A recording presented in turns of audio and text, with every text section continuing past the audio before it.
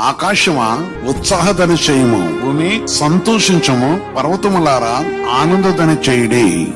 ఎందుకంటే ఈ ఆకాశం కింద ఉన్న మనుషులు కానీ, భూమి మీద ఉన్న మనుషులు కానీ, పర్వతాలు ఎన్ని కూడా దేవుడు మనిషి కోసం, వాటిని మనిషి సంతోషం కోసం, మనిషి ఓదార్పు కోసం, మనిషి ఆనందం కోసమే దేవుడు సృష్టిలో రకరకాల విధానాలను సృష్టించి మనిషి కోసం వర్షం ఇచ్చాడు. మనిషి కోసమే విచిత్రమైన మన కన్నులకు కొన్ని విషయాలు, నేను కొన్ని ప్రాంతాలు, కొన్ని వేరేలు, కొన్ని మరి కొండలలో కానీ, కొన్ని గుట్టలలో, లేక కొన్ని ప్రజల మధ్య వెళుతున్నప్పుడు, చాలా ప్రాంతాల్లో నేను వెళుతున్నప్పుడు ఆశ్చర్య విషయాలు చూస్తుంటాను. అవన్నీ కూడా మనిషి సంతోషించడం కోసం అనుకుంటాను నేను. అటు చూసి చాలాసార్లు తండ్రి నీకు ఎంత అందమైన రీతిలో సృష్టించాడు. సృష్టిని ఒకసారి చూస్తే ఎంత అందంగా సృష్టించాడు దేవుడు.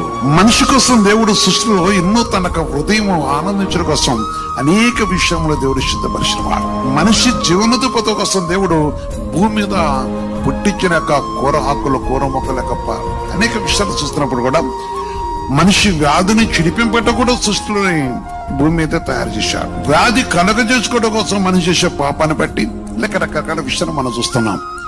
సరే, ఏదైనా కానీ ఇక్కడ చూస్తున్నప్పుడు ఆకాశమా ఉత్సాహాన్ని చేయము, భూమి సంతోషించము, పర్వతములారా ఆనందం చేయండి. ఎందుకంటే ఓదార్పు లేని నా ప్రజలు, శ్రమ పొందుతున్న నా ప్రజలను నేను ఓదార్చితిని. ఈరోజు ఎంతమంది ఓదార్చబట్ట ప్రభుత్వం చూస్తున్నావు.